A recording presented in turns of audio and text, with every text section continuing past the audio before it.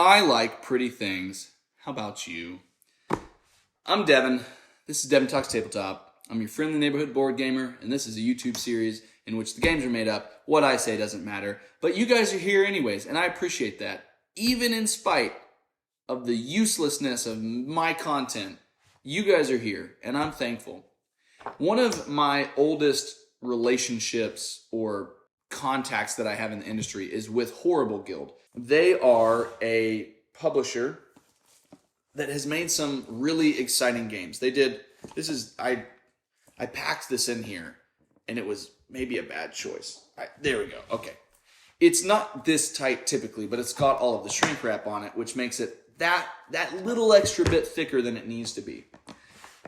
If you're not familiar with them, they do a lot of good titles. They have got a game coming out that I'm very excited about, which is Tiny Turbo Cards, which I cannot wait to play with my son. And then they've also got darker games like Alone, which is one of the ones that I played and reviewed back in the day. And then they've also, on top of that, they've got delightful games like this, Railroad Inc. This is a roll and write. And it's just a beautiful box. This is just a beautiful box. It's so pretty. It's so pretty. And it holds all of the Railroad Inc. stuff that you've got. This is the collector's edition that they were so kind to send my way. And I just really appreciate them. I think they're a group of great people. And to me, I think what's interesting about certain publishers is certain board game publishers out there, when they make something, it seems like they kind of put out very similar games because it's what they're good at. They're very good at a particular, maybe it's just Euro games. Like Eagle Griffin. Eagle Griffin has all of these really beautiful, gorgeously produced Euro-style games. They've got Rococo. They've got all of their Lacerda games. They have a particular theme or style in what they're able to put out there that is very, as soon as you see it, you're like, oh, that's an Eagle Griffin game. Or for other publishers, they have that DNA that's there. And I think that Horrible Guild has a DNA, but it's a unique thread that carries through a bunch of different titles that really play nothing like each other. I think that they're one of the most impressive publishers that people don't always talk about because they've got so many different titles that just are so wildly divergent from each other. This is an exciting little roll and write where your entire purpose is to get these train tracks and these highways and create a interconnected web of them in a way that doesn't leave you with leftover like dead ends in the track. And it's all based off the dice that you have. It's based off of some special dice or special icons and places that you're able to put down periodically over the course of the game. And then additionally, it's based off of just your intuitiveness in what you decide to produce. And each one of these has particular nuances and strategic or mechanical fluctuations in the base version of this game. And typically what you're doing is you're just rolling those dice, and based off of what you get off of there, you're mapping it out on the board. But each of these expansions has other, permutations to that model where you might have rivers that you have to consider, or you might have lakes that you have to consider. And each one is a small nuance to reassess how you engage with the main game. And I really am I enjoyed this a lot. I've personally, until soon, I've never played just the base version of this game. I actually played the challenge version online. And I did that because, they reached out and they said, hey, we're doing this online challenge, and we really want to explore that and see what we can do with this challenge version of the game. And I was gung-ho about it. I was like, okay, yeah, let me try it out. I'm excited to try it out. And man, I was so bad at it. I played like 20 times probably, just continually trying to get a better score, get a higher score, and it was addictive. It was an addictive experience to try to get better and better and better at this. And it quickly became one of my favorite roll and write experiences.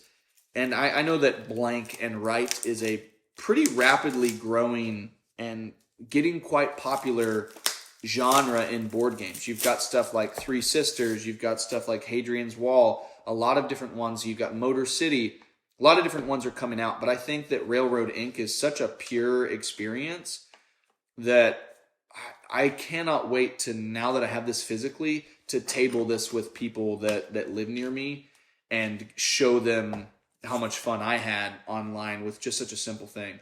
I think that out of the ones I played most recently, Rolling Realms, I really enjoyed that. But I just think that game is a solo game for me. I don't, and I've played it with people. I haven't just played it solo. I played that game with people, and I just, for the life of me, I was like, I think this is just going to be a solo game, and that's okay. Like, that's fine. I think it's a lot of fun to play that solo, but this is one that I'm very interested to see how it functions with a bunch of people, or, with just 4 people around the table, because it's such a gorgeous product. It's such an easy and accessible way to play, and going back to that DNA that Horrible Guild have, it's something about their titles. Every time I play one of their titles, I was like, this is quintessentially a Horrible Guild game.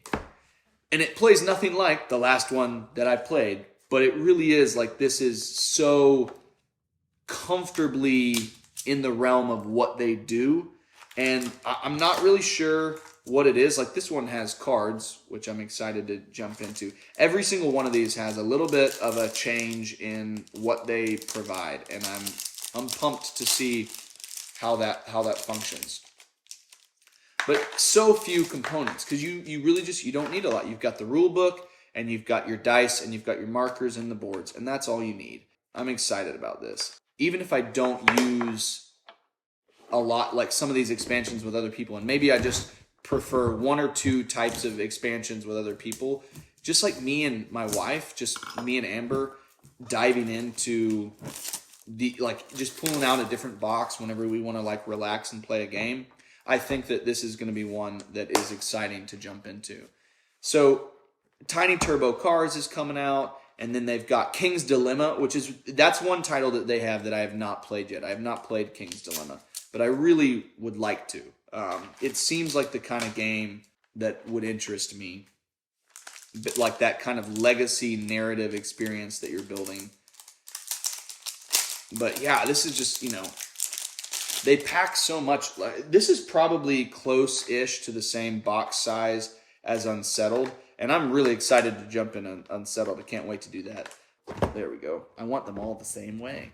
There's not a lot that's happening in terms of what you have in the box. There doesn't need to be, because the gameplay is quite simple. But it's the overlay of the changes that they make per box that can create, I think, a pretty satisfying little puzzle. So this is the expansions, and they've got all of these tiny expansions here. These are the ones that I'm not going to jump into, but they've got in terms of unboxing right now. Like, if I can pull these out, and they've got additional stuff under there. But they've got the Underground expansion, they've got the Engineer expansion, the Sky expansion, the Eldritch expansion, and which one's this? The Arcade expansion, the Futuristic expansion, the Electricity expansion. All of these different expansions that add even more content to the game beyond these base ones. Timestamp. All of that to say, I cannot wait to jump into this. I really want, there's quite a few games at my house now where I'm like, I want to jump into this pronto. And this one is definitely one of those. So let me know, what are your favorite roll and write games? Do you even like roll and write games? I mean, that's a valid answer, is that you're like, I don't like them. And that's okay.